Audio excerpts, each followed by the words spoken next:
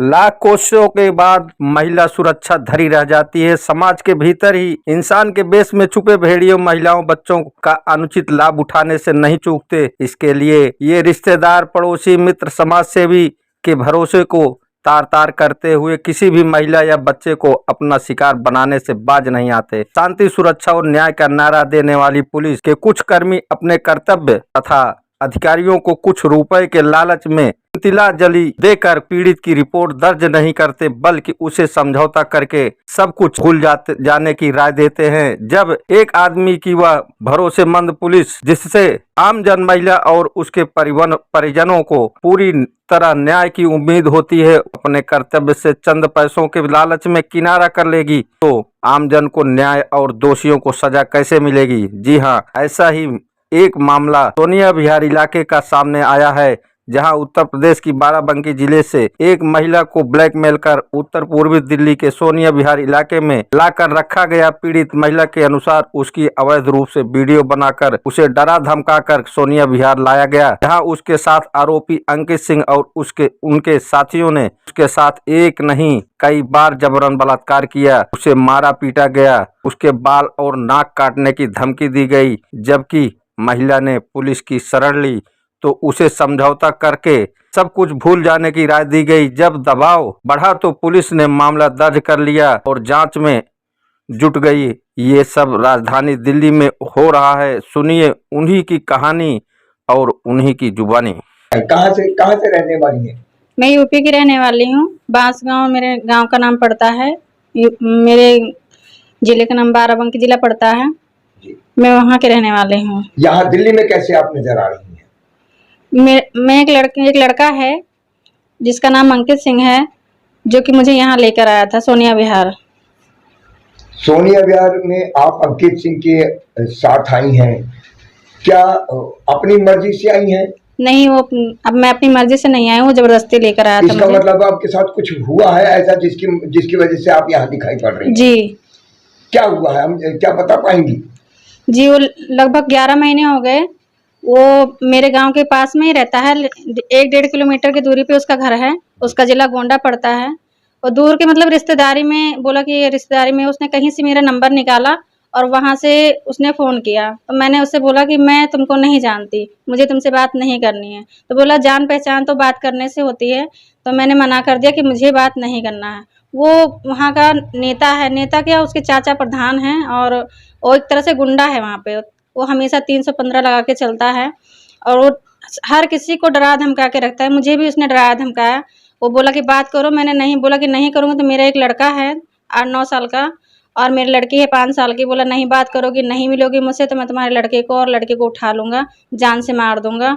जब मैंने उसे फिर भी मना किया तो बोला ऐसा नहीं करोगे। तो मेरे लड़के से बोला कि हाँ तुम कहाँ पढ़ते हो? तो वो बताया कि मैं पस्का में पढ़ता हूँ, जो कि मेरे घर से कम 7-8 किलोमीटर की दूरी पे पड़ता है। फिर मुझे बताया कि हाँ तुम्हारे लड़के का एड्रेस मुझे पता है और अगर तुम नहीं मिलोगी मुझसे, नहीं बात करोगे तो मैं उससे वहाँ से उठा लूँगा और जान से मार दूँगा। मैं डर की वजह से उससे मिली। फिर उसने मुझे कोल्ड ड्रिंक में कुछ मिला के दे दिया, जिससे मुझे पता नहीं कि उसने मेरी वीडियो कब बनाई मेरे साथ में, जो कि गलत तरीके से वीडियो बनाए। और उसके बाद फिर वो उस वीडियो की धमकी देने लगा, मुझे बार-बार धमकी देने लगा कि हाँ अगर नहीं आओगे तो इसको वायरल कर दूंगा और या तुम्हारे बच्चों को जान से मार दूंगा। जब वो व्यक्ति अंकित जी आपको इस तरह की धमकी दे रहा है, आपकी वीडियो वायरल करने की धमकी दे रहा है, तो आपने इसकी सूचना किसी पुलिस थाने में, किसी चौकी में आपने दी? नहीं, मैं किसी क्यों नहीं दी? क्योंकि मेरे नाम पे सरकारी कोटा है और वो हमेशा यही बोलता कि अगर वीडियो वायरल करूंगा तो तुम्हारा सबसे पहले तुम्हारा कोटा चला जाएगा, जो कि मैं नहीं चाहती थी। क्योंकि बदनामी होती तो कोटा वैसे भी, मैं भी सोची कि अगर बदनामी होगी तो कोटा तो वैसे भी चला जाएगा। और सबसे बड़ी बात तो बच्चे हैं, बच्चों को और पति को मारने की धमकी दी। जब मुझे यहाँ लेकर आया सोनिया विहार, उससे पहले भी 4 दिन पहले भी मेरे पति के पास फोन करके सोनिया विहार आपको जबरदस्ती लेके आया क्या? जी, धमका के लेकर आया कि अगर नहीं चलोगी तो मैं तुम्हारी लड़की को उठा के 5 साल की है उसके साथ भी रेप करवा दूंगा। उस डर से मैं चली आई उसके साथ में। यहाँ पर आ गई आप? जी। यहाँ आपके साथ कुछ ऐसा? यहाँ पर लेकर आया तो किराए पे रूम लेके रह रहा था और मुझे मेरे घर वालों से कोई संपर्क में नहीं रहने दे रहा था, ना बात करने दे रहा था, ना मम्मी से भी नहीं बात करने दे, घर पे भी बस इतना हाल चाल, बस ठीक है लड़का, ठीक है लड़की ठीक, बस इतना ही। और बाकी वो अपने दोस्तों के साथ उसको बुलाया जिसका नाम उत्तम सिंह है। 12 तारीख को उसका दोस्त आया था, उसने भी मेरे साथ ज़बरदस्ती किया। मैंने मना किया तो वो बोला कि अगर तुम नहीं करोगे तो मैं तुम्हारे घर वालों को अभी वीडियो भेज रहा हूँ, और जितनी तुम अच्छी हो मुझे, मैं अभी बता रहा हूँ घर पे, और तुम्हारा कोटा इसी वजह से चला जाएगा। फिर मैं उसने भी मेरे साथ ज़बरदस्ती की। फिर मैंने अपने घर पे बताने की कोशिश की, लेकिन मैं नहीं बता पाई। फिर भी उसने किसी और को बुलाया, किसी और दोस्त को बुलाया। मैंने उसको मना किया कि मुझे नहीं करना है ये काम, तो उसने मुझे बहुत मारा। 2-3 घंटे तक मुझे रूम में बंद करके मारा।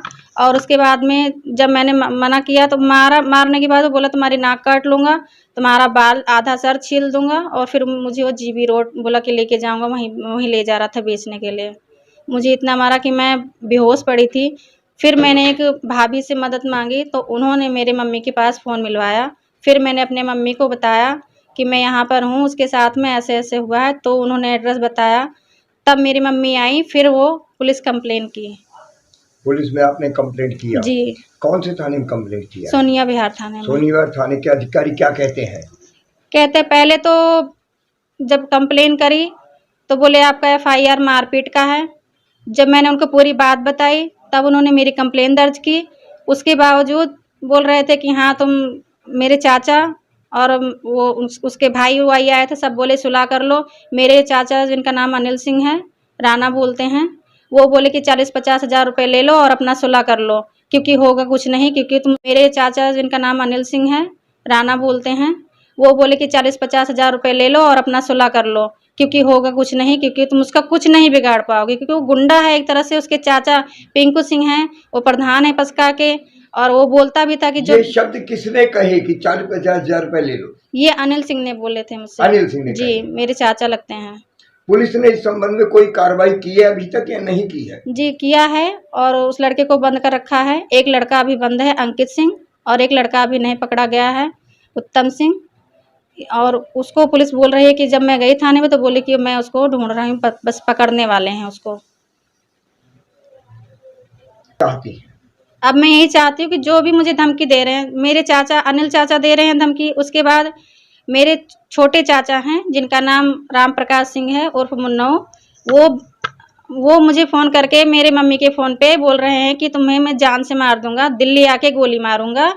और घर में मेरे मम्मी पापा को धमका रहे हैं कि घर तुम्हें गांव नहीं आने देंगे, तुम्हारा घर छीन लेंगे, तुम्हारा खेत पात ले लेंगे, सारा कुछ। मम्मी पापा को भी धमका रहे हैं कि हाँ हम तुम्हें यहाँ रहने ही नहीं देंगे यूपी में। कह रहे हैं कि तुम दिल्ली का बॉर्डर पार करो और रजनी को उठवा लेंगे, किडनैप करवा लेंगे, उसका पता ही नहीं चलेगा कि कहाँ गई। अब आप बताइए रजनी मैं की क्या। माता जी हैं? जी, आपका क्या नाम है? संतोष कुमारी। जी संतोष जी, आपकी बेटी के साथ इतनी बड़ी घटना हो गई और आपने इस संबंध में कोई पुलिस को सूचना दी या कोई खबर किया या कोई कहीं ऐसी जगह बात किया जिससे न्याय मिल सके? जी सर, पहले तो मुझे एक लेडीज ने कॉल किया और उस कॉल पे मैं उससे बात की। उसने मुझे एड्रेस बताया और मैं सोनिया विहार पहुंची। मेरी लड़की बहुत ज़्यादा बुरी हालत में थी उस टाइम पे, क्योंकि उसके शरीर पे एक भी कपड़ा नहीं था। मारपीट करके उसने घर में डाल रखा था। हम 1 बजे रात को जब वहाँ पे पहुँचे हैं, दरवाज़ा खुलवाया, वो मिला और मेरे बच्चे भी थे। और जब हम घर में घुसे, अब जब उसी टाइम पे वो लड़का उठकर, अंधेरा था, मेरा बेटा गया तो उसी से मतलब लड़के और गिर गया, पैर उसका फंस गया। फिर वो लड़का उठ करके और मेरे ही बेटे को मारने लगा। जब मारने लगा तो इसमें 2-4 हाथ हुए, मारपीट हुई, क्योंकि मेरे बच्चे अभी बहुत छोटे छोटे हैं। उसके बाद मैं उसके इसे लेकर के जब चलने लगी और उसको भी पकड़ा, मैंने कहा चल बाहर निकल, और मैं पुलिस को कॉल करवाया, क्योंकि रजनी को मोबाइल दिया। इसे किसी के मोबाइल, मेरे पास 2 मोबाइल थी, जिसका इसे नंबर नहीं, लोग का नंबर नहीं पता था। मैंने पब्लिक से बोला कि भाई 100 नंबर कॉल कोई कर दो। किसी ने उसी में से 100 नंबर कॉल किया और 100 नंबर कॉल करके फिर हमने पुलिस बुलाई। पुलिस आकर के और थाने लेकर चली गई। जो मोबाइल अंकित का था वो पुलिस ने ले लिया, वहीं अपने कब्जे में ले लिया। और उसके बाद हम दूसरे दिन तक दोपहर तक बैठे रहे थाने में। कहने का मतलब है कि सोनिया विहार थाने की पुलिस आपके साथ पूरी मदद कर तैयार है। जी सर, अब तैयार है सर, अब तैयार है। आपको लग रहा है कि वो आपके साथ हाँ लग रहा है, परसों पूरी हाँ तरीके से काम कर हाँ रही है। अब लग रहा है, क्योंकि मैं परसों गई हुई थी थाने पे, तो आईओ ने मुझे समझा दिया कि आपका केस हो गया है, आप परेशान मत हो, बार बार इतनी दूर से आप यहाँ मत आओ, और हम लगे हैं।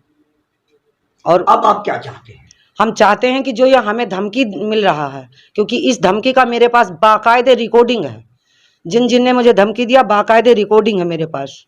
पहले तो हमारा एक देवर लगता है, मतलब फुआ सास का लड़का है, अनिल नाम है, उसने बोला कि 40-50 हजार रुपया लेकर के और रफा दफा कर दो केस, इसे कुछ नहीं हो सकता, ये पावरफुल आदमी है, इस पे बहुत पैसा और बहुत पावर है। लेकिन मैंने जब उसे मना कर दिया, तब भी वो फोन पे ये कहता रहा कि अब 2 लाख ले लो, 2.5 लाख ले लो, 2.5 लाख तक का वो गया। लेकिन मैंने उसको बोल दिया कि दोबारा मेरे पास कॉल मत करना। फिर उस बंदे ने कॉल मेरे पास नहीं किया। फिर मेरी नंद ने 4 दिन, हाँ चौथे दिन हमारी नंद ने सुबह, बड़ी नंद ने फ़ोन किया और उन्होंने मुझे बहुत धमकाया कि तुम्हें यहाँ रहना है, नहीं धरती पे रहना है या नहीं रहना है, जो अगर तुमने सुलह नहीं लगाया मेरा, जबकि उनका वो कुछ भी नहीं लगता है। इसका मतलब क्या आपको जो विपक्षी लोग हैं हाँ। उनकी तरफ से धमकियां मिल रही हैं? जी, उनसे मिलते हैं जाकर परिवार वाले से और उनको दबाव देते हैं, वो हमें धमकी देते हैं। मेरा छोटा देवर बोला कि अगर तुम सुलह नहीं लगाओगी तो हम तुम्हें गोंडा जिला में आने नहीं देंगे, तुम्हारा पैर काट लेंगे, सिर काट लेंगे, तुम्हारा घर गिरा देंगे, जो कि मेरे पास बाकायदे रिकॉर्डिंग है इसकी। तो ये जो रिकॉर्डिंग है आपके पास, ये आपने सोनिया विहार थाने को उपलब्ध कराई? जी नहीं। क्यों नहीं कराई? जी मैंने अभी तक तो नहीं करवाई सर। उसको कराना चाहिए आपको, ताकि आपके साथ पुलिस न्याय कर सके। ठीक है सर, मैं अब करवा दूंगी।